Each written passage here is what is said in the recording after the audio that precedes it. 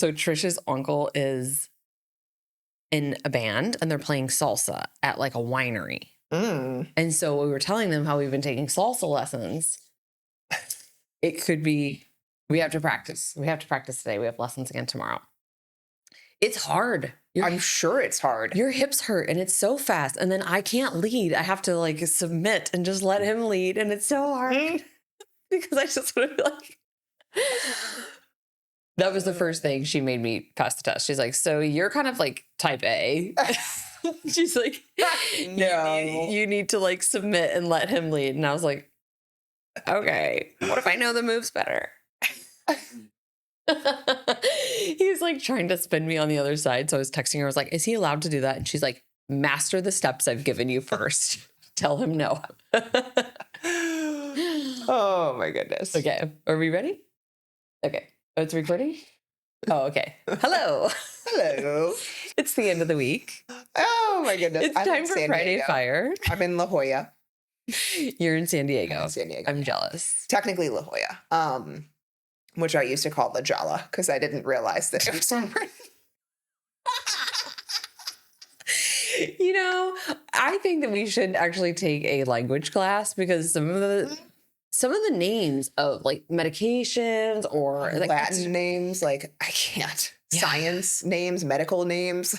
What was I reading the other day with Marcus? Both Art and I were like trying to say this word, and I was like, blah, blah, blah. It was just not coming out. I was like, we're just gonna skip over that word. I'm not really sure what that word is. Maybe I need to go back to Hooked on Phonics. Stuff is so hard sometimes.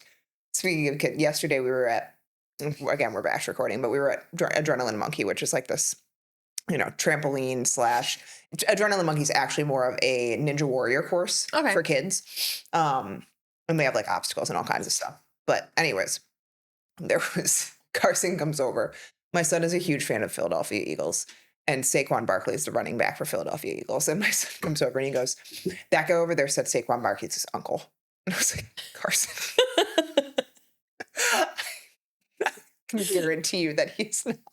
And I just like, kids are so gullible and believe everything. Oh. And I just feel so bad sometimes.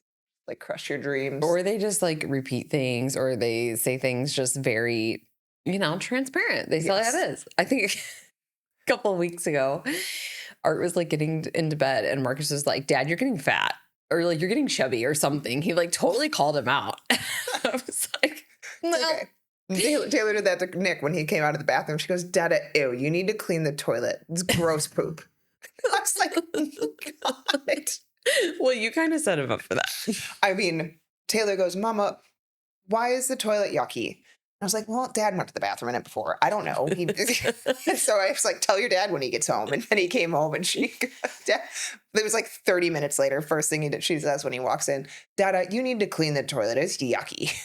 I was like, well, I mean, I don't disagree. But we love our children. Children are helping us constantly grow as humans and develop into better, more selfless people, I think. Or they just break me completely. I mean, I was just telling Becca earlier, obviously I have zero experience yet. I was very proud of myself. I took care of both boys yesterday by myself. And that was fine. I mean, it was just a friend's house. And then, he's so easy because he's so tiny right now. But it'll be quite the challenge. And I was talking with a friend of mine. I have to tell the story. So we were just talking about like some days, we really love our children, but if there was a backhand situation, like I could go for it sometimes, or we're going to have to start inflicting some spankings. Like there's just going to be things that are going to have to be done disciplinary wise. Right. So I was talking to her and I was telling her also about the situation at school. I'm going to share this on the podcast because I think it's too funny not to share.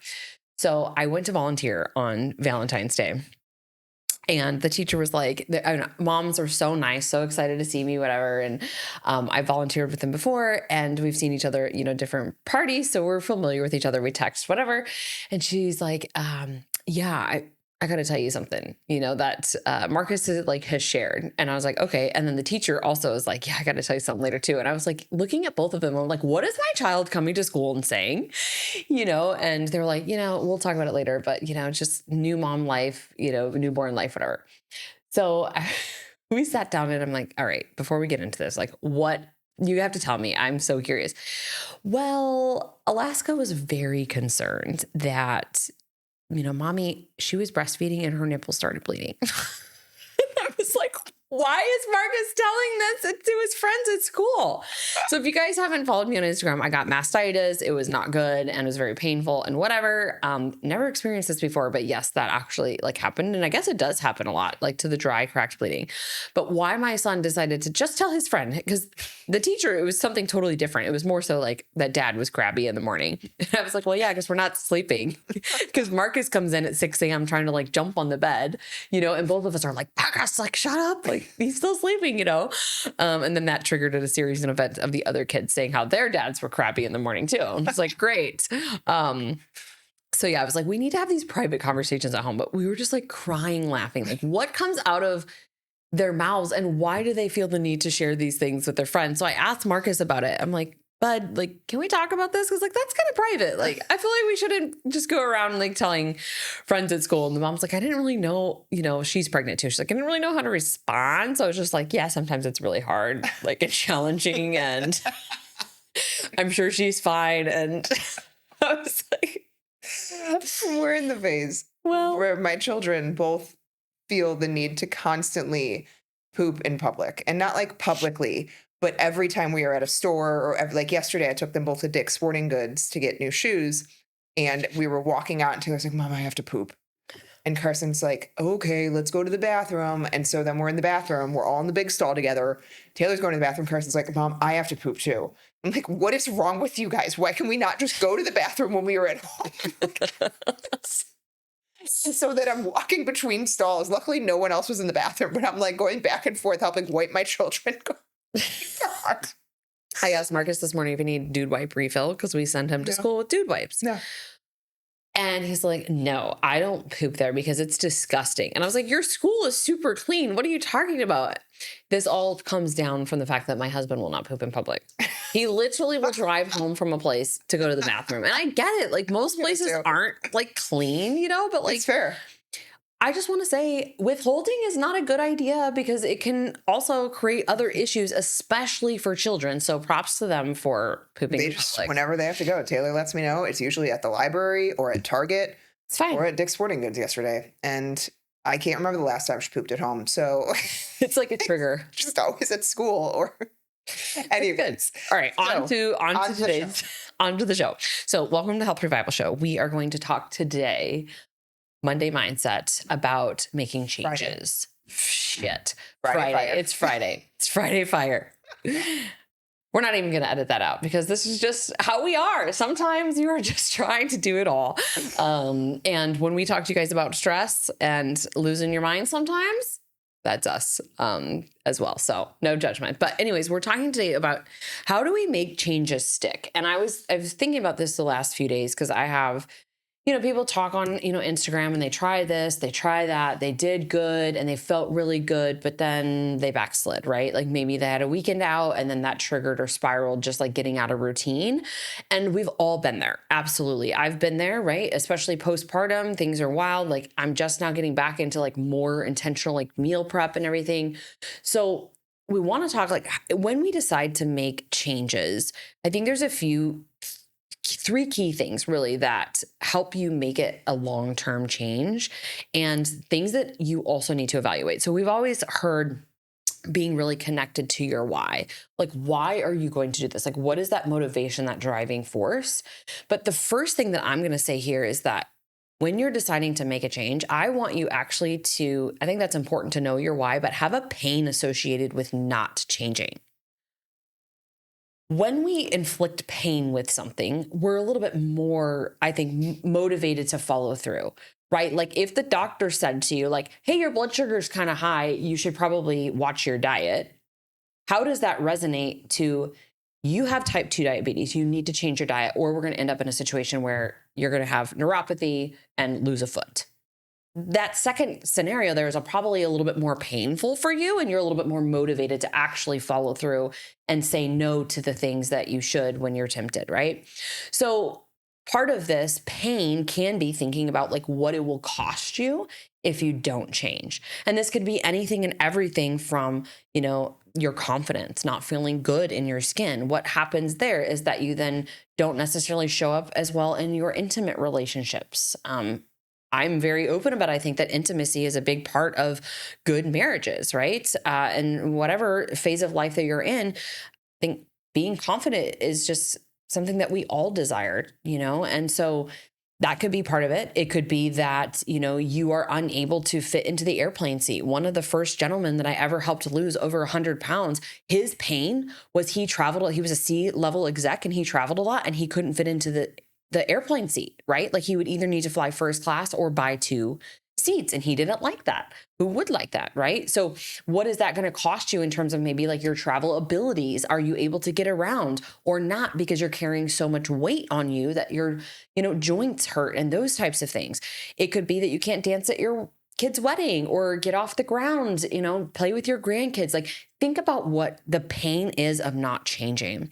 And we were just at Rachel Shear's event and it was really cool to see. One of the parents of the speakers was there because she had changed her life. She hates taking supplements, but she has rheumatoid arthritis or had rheumatoid arthritis, and she couldn't change the sheets. She couldn't do things in the home, cleaning. And my favorite moment was, yes, she said, obviously how much better she feels, and she hated the carnivore diet and she hated taking all the supplements. But her husband was like, you gave me my wife back. And she said, she didn't do it for herself. She did it for her husband and for her kids because they were begging her like, Mom, we want you here. We want you around. We want you to be able to do these things with us. And so maybe it's that you need to get dark and you need to think about like doing it for other people if the motivation isn't enough to do it for yourself. But I think that's really important because a lot of times we get into those frou-frou messages of like, what's your why? And that is important too, but what's the pain or the cost if you don't?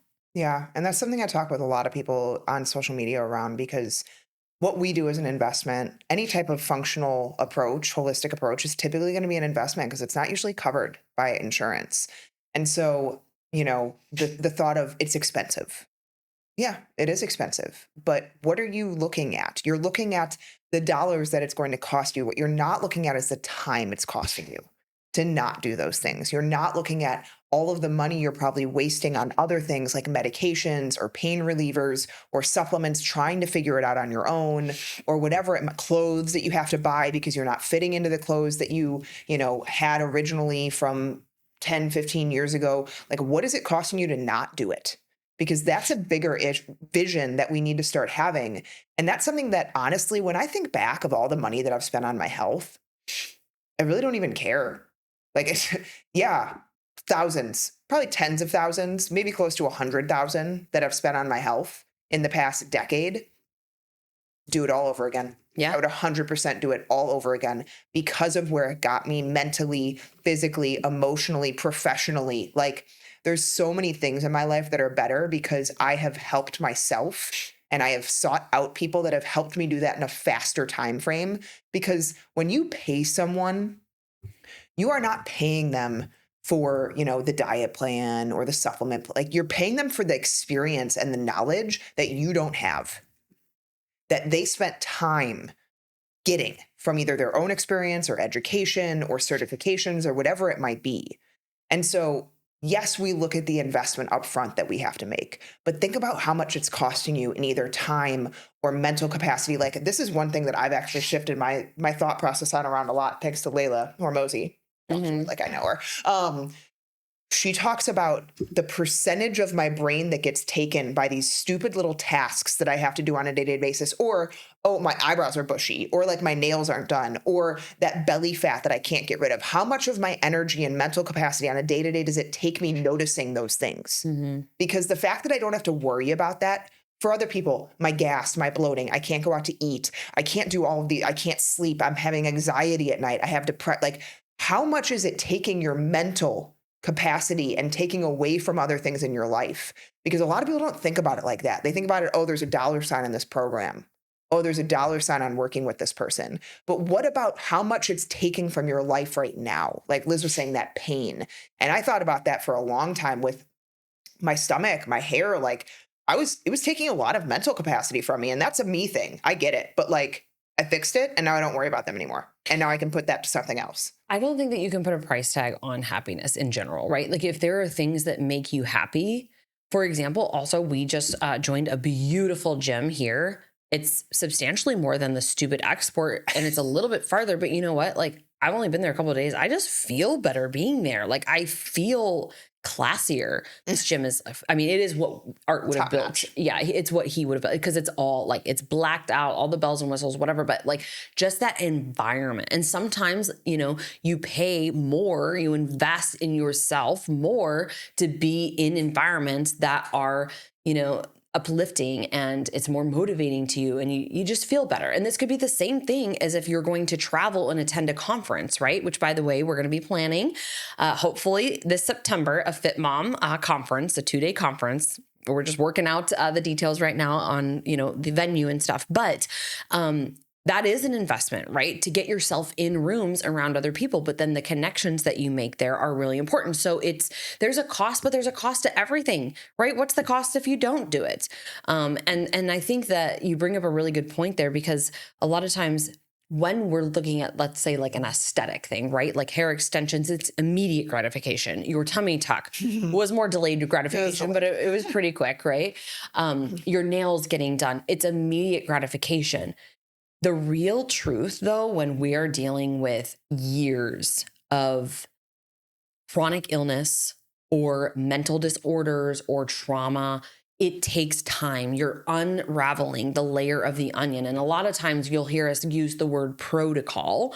And really that's all encompassing. We're going to do another podcast on our program and really kind of deep dive there because this is much more than just buying a supplement, right? It's much more than just counting your calories, right? So if you have a weight loss goal, you count some calories and maybe you get some extra steps and you go to the gym, but it's not working. What happens? Well, for us, we're looking at the broad picture here and we're thinking about how is this person stressed in their life? Where is all that stress coming from? What is the stress from the training? What is the stress from their kids or their job, right? How do we offset that? And again, try to help create this level of homeostasis so the body can feel like it can start to heal. That's really important. And it's not always supplement and it's not always diet, but that is a large part of it. And then a large part of that is rotating through different phases and your supplements change and your diet changes. And then we add fasting and we're looking at blood sugars. And, you know, it's a lot when we say it out loud and it's a lot within the protocol too, but it's strategic. And if you are somebody who's had a poor coaching experience or you've worked with another, whether it's a macro coach, a mentor, a functional practitioner, a naturopath, an MD, whatever, vet the people that you're going to work with because coaching is still very valuable. And I think that a lot of people, if you've never been in the space, you know, don't realize that the investments, you know, is what it is, or are like, man, but I've already spent so much time, energy, and effort, and I'm spun my wheels. Then what I would say is talk to some of our clients. We have clients that we can give you to say, hey, like I know one of my clients, Danielle, she's talked to several people because she came in after literally tons of testing, tons of supplements, tons of protocols from other practitioners. And within 4 or 5 months, she's doing amazing. And we're working with her son now, you know? And so like talk to some of our clients. We're always happy to have that. But anyways, links in the show notes for that. You have to have a pain. You have to have a pain that's also greater than the cost of staying the same. That's the biggest point here with number one, right? Because you can just be like, yeah, I want to lose weight, but then in the moment that you're faced with your favorite cake or your favorite pizza or whatever it is, that pain has to be greater than that little bit of an enjoyment or you'll never change. Number two, your social networks and changing your environment. So what's the setup? What's the setup in your home, right? How many triggers do you have in your home? If your MO is ice cream, get the ice cream out of your freezer.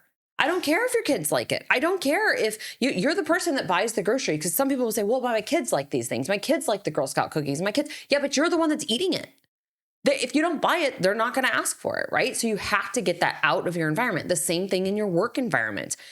I used to sit at a desk that was like by this huge display where people would come, and if it was somebody's birthday or whatever, they would put the donuts there. What would I do? I would actually go and work in a conference room because I wanted to get myself away. I wasn't strong enough to withstand the smell of the temptation of these amazing Stan's donuts. If you guys don't know what that is, it's a big thing in Chicago.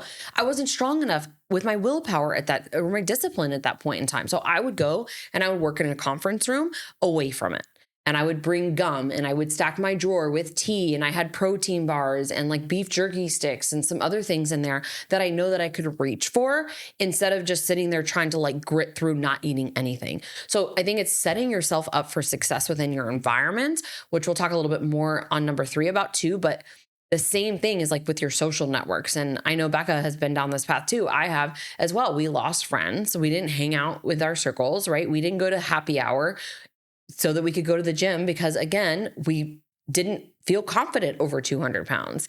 And so I think that's really important, is like evaluate the people in your circle. Are they uplifting you when you have a goal, or are they trying to drag you down? Yeah, something that we talked about at the Dallas event that we were at. You want friends that are there with you in the low points, but also, more importantly, in the high points. Like, people that are only there with you when you're struggling. Everyone says like, oh, the people that were with me at the bottom are my true friends. No, no, no, no, no. Everyone loves people that are in despair. They're the broken ones. They make the other people feel better about themselves. No, who's with you when you're crushing it? When you're saying no to the alcohol, when you're thriving in the gym and you've changed your body composition and you're healthier and you're happier and you're winning and you're making money or whatever it might be. Who's with you then? Or are people hating on you? Are people pointing the finger? They're not liking your stuff on social media anymore. They're not calling you anymore to go out to events. They're not hanging out with you anymore. They're not talking to you anymore. Those people were never your friends. They just liked you when you made them feel better about themselves. When you did all of the things that they do, like going out and drinking more, or doing the drugs, or eating out, getting the burger, eating the pizza, doing whatever it is, doing wine night, all those things are fun, cool, whatever. But when you're in an acute phase of change and you're really trying to change who you are as a person, because you guys, when we're talking lasting change, let's be real. You change who you are. You don't change a habit or two. No, you reinvent yourself. And those people that don't want to go along for the ride because now they look bad next to you, they weren't your friends. So don't cry over them. Don't worry that they don't want to hang out with you anymore, because they never really cared about you anyways. It's true. I mean, they maybe cared about the fact that you had company. You were like them. People like them. They don't like people that do better than them, unless they are your true friends. Unless they are people that are truly there with you no matter what. Those are the people that are cheering you on when you're winning, when you're doing better than everyone else, when you're stronger than everyone else. Those are your true friends. And honestly, you're probably not going to have many of them.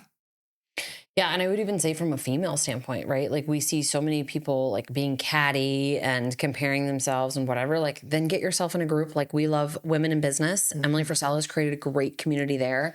Rachel Shear with her Evolved Women, like Stephanie, she's become a friend of ours. She has a business in Canada. Like, technically we can be competitors. Fuck that. I want you to win. I want to win, right? She wants us to win, right? Rachel wants us to win. We're technically competitors with her. Vince wants us to win. We're technically competitors with him.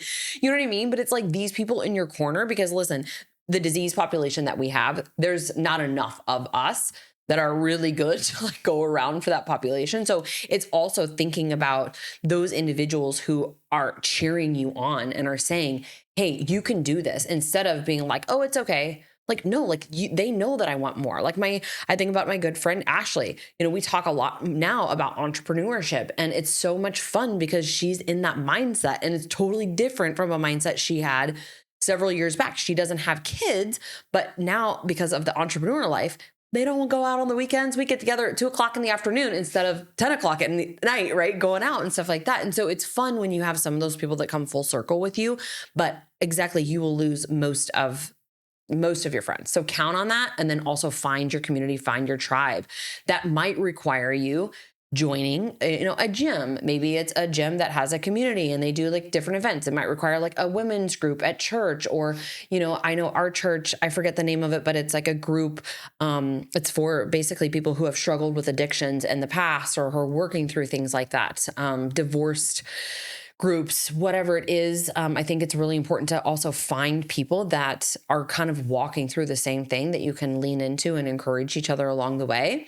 I think the big thing too, just kind of with this environment is like I said before, like if it's a recovering alcoholic, like you probably shouldn't go to the bar or be hanging out at the bar or working at a bar, right? So you might need to think about that as well. And that might require you to make big changes because you might be in the place right now where you really want to make a change, but you work in a place, right? Or like the girl we had on our podcast, I'm blanking on her name right now. She wrote a couple amazing books, but she worked in corporate and like drinking was like kind of an expectation as like part of her job at like these client events and happy hours and stuff, but she wasn't happy. And so now she created The Naked Mind. That's the book, created that and got away from all of that because it's very hard to, again, withstand that temptation, especially if you have that tendency to be addicted to something.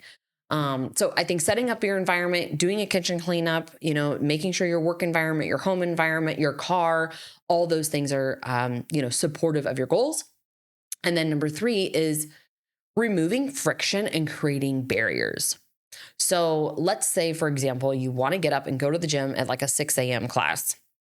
I used to do this, and I don't know how I used to do this because I just don't feel great working out at 6 a.m. But there's a snowstorm coming and your car is parked outside. That's going to require you to get up and, clean off your car and do all the things. Well, then maybe you should clean out your garage and park your car in the garage so that you don't have to worry about cleaning off your car. You want to lay out your clothes the night before. You want to have a good evening routine where you're going to bed and not staying up later because it's your wind down time and then you're exhausted and you hit the snooze button and you miss that class. Like you've got to remove friction and make this thing easier for you to follow through. Get the right things in the house would be part of that, right? And then I would say create barriers at the same time. Like what can you do to make it harder for you to get to whatever your MO is? If it's wine, if it's chocolate, if it's ice cream, if it's whatever that is, make it harder. Don't keep those things in the house. And then also maybe, I don't know, set up some other barriers. Like I can think about like driving differently on the way home from work. If Culver's is an issue for you and you pass Culver's every time. That's an example. I had a client literally every Friday afternoon. That was a huge trigger. We discussed then on Fridays, you take a different route home or you plan a workout at that point in time. You plan something then to distract you from taking that normal route that you usually do. Yeah, I think of 2 big things. One is meal prep. Like if you really struggle with making good decisions during the week when you're stressed, it's the end of the day, you're tired, you don't want to think about dinner, meal prep. Like spend 2 to 3 hours on a Sunday, commit time, prep food, prep proteins, get things in the house that are going to make it easier for you to make better decisions. I don't think there's any other better example than meal prep. Like just take the time. Take the time on a Sunday or a Saturday and get food made so that you don't have to make that extra decision, especially when you don't want to, because all of your energy, all of your willpower is done by the end of the day. And the other thing that I think of is time blocking. And I work this sometimes in almost like a backwards way. So I think of at the end of the day, if I don't want to be doing like, what do I need to get done working backwards in my day to be able to accomplish what I want to accomplish? When do I need to focus on what? When can I fit in my morning routine? If I suck at reading at night, can I add it to the morning time when I have more willpower and I have more free time and people aren't awake emailing yet, or my kids don't need anything at that time, right? So like, I really try to time block my days so that I am more productive and focused, because honestly, with all of the to-dos and the fires that come along throughout the day, it's so easy to get sidetracked. Like sometimes I'll even have to shut off my messenger and my email to be able to focus, because I will just, an email came in, I'll answer it real fast. And then I'm like 10 minutes later, oh shoot, that was 10 minutes of the hour that I was supposed to dedicate to this thing. And so I'm really adamant, because especially as an entrepreneur, we are our own boss. There's no one there like monitoring your schedule and being like, you're doing a good job, or, oh, you need to improve here. You are that. And you are the HR, and you are the assistant, and you are the, all the things, all the things. You wear all the hats all the time. All the hats all the time. And so you have to be good at it. And if you're someone that ends up really distracted, you need to time block, because otherwise you're not going to prioritize things. You're going to leave the big tasks that never get done for longer and longer down the line. And all the small tasks that don't matter always come first. And so I really try, especially for example, like I'm about to change my routine pretty drastically in terms of my exercise potentially and like what I'm doing in the mornings. So guess what? I need to totally redo my routine, which sucks. Okay. But if I want change, I have to create change. You want change, you cannot keep doing the same routine because you will just unconsciously fall back into the comfort of what you've always done. Because that's what happens when you get stressed. That's what happens when you get uncomfortable. That's your subconscious mind. That's your addictive behavior going back to what's always helped you feel safe. Believe me, I know you don't want to eat the sugar. I know you don't want to go out and get drunk on Saturday night and ruin the goals that you have for yourself. It's just what's natural to the human body and what feels comfortable because you had a long week. You're stressed. You want to avoid the hard feelings. You want to avoid the discomfort. No, no, no. We plan ahead. We plan ahead because it makes those decisions much, much easier. And then each time you make the right decision, it gets a little bit easier. It's a little bit easier. And then God throws you a curveball and you got to figure it all out over again. Yep. That's how life goes. Just a lot of those. Yeah, and I think within this, you have to be able to pivot and adjust. Like we've talked about this before, like have a backup plan. Like sometimes it's not always going to be perfect. You're rushing out of the house and you're like, oh shoot, like I need something. Okay, then have the good things that you need, right? Is it a jerky bar? Is it a protein bar? I've been on like a kick with Marigold. They have these really yummy, like peanut butter crisp. Oh, I know. Except they get everywhere. They do. Yeah. They're They so do. messy. They do get everywhere. They are messy, but they're really good, right? Or like a protein shake. Like yesterday, I was running late. I had already mixed bag of chocolate coconut just ingredients protein with chia seeds in there, and just added some water, shook it up, and we were out the door. So it's also making sure that you have the good things that then you can rely on as kind of like a plan B, and then you pivot and you adjust and you give yourself grace and you find what works and what doesn't. But the thing here is that you have to evaluate like, every action that we take, is it taking me further, away from my goals or closer to my goals? And then, I think it's just recognizing that it's okay if your goals change. It's okay if what you thought was important to you is no longer important to you, because in different seasons of life, that's actually absolutely going to change. And you will find that the changes that you need to make might be different, right? And so allowing yourself to also resonate with that. I mean, if you've listened to our podcast over the course of the years, Beck and I have both changed a lot. What has become really, really important to us hasn't necessarily changed. Like, obviously our faith, our family, and our business are very important to us. But when we think about how we tackle our day, again, for me, it's no longer a 6 a.m. workout. Like that's just something that like, I'm not going to feel good doing, and I'm not going to force myself doing that. And so I'm going to adjust, and I'm not going to go to the gym 6 days a week like I used to. I'm not going to do 2 workouts a day like I used to, right? I'm going to let myself understand that on my really stressful days, walking's enough. And if I have 3 workouts instead of 4 workouts at that week, I'm not going to beat myself up, because it also, as we talked about in the last episode, when you're really stressed, it causes more inflammation. You kind of shoot yourself in the foot. So you have to have some discernment and wisdom within this too. But I think that if you find yourself starting over, right, every Monday, and you come at this from a place of hate, it's never going to stick, right? You got to do it out of a place of love and out of a place of like, yeah, that pain of not changing is greater than, the comfort of staying the same. And it's a way of actually showing yourself that you love yourself. Like to me, that is self-love. And that is what people say, like, I need to do like a bath and, a massage and get my nails done. Wine, right? Yeah. Self-care, girls' night. Mm-hmm. Yeah. Is it, or are you just avoiding? Exactly. And I think that discipline is a form of self-love. Discipline absolutely is that self-care that we need more of. And when you really sit down and you think about that number one, thing we talked about, the pain of not changing and the cost of staying the same, you're going to find that if you really, truly love yourself, like you're going to do anything to prove that to yourself. So hopefully this gives you a good kick in the butt for the weekend, since it's not Monday Mindset and it was Friday Fire. Have a great weekend, and we'll be back on Monday.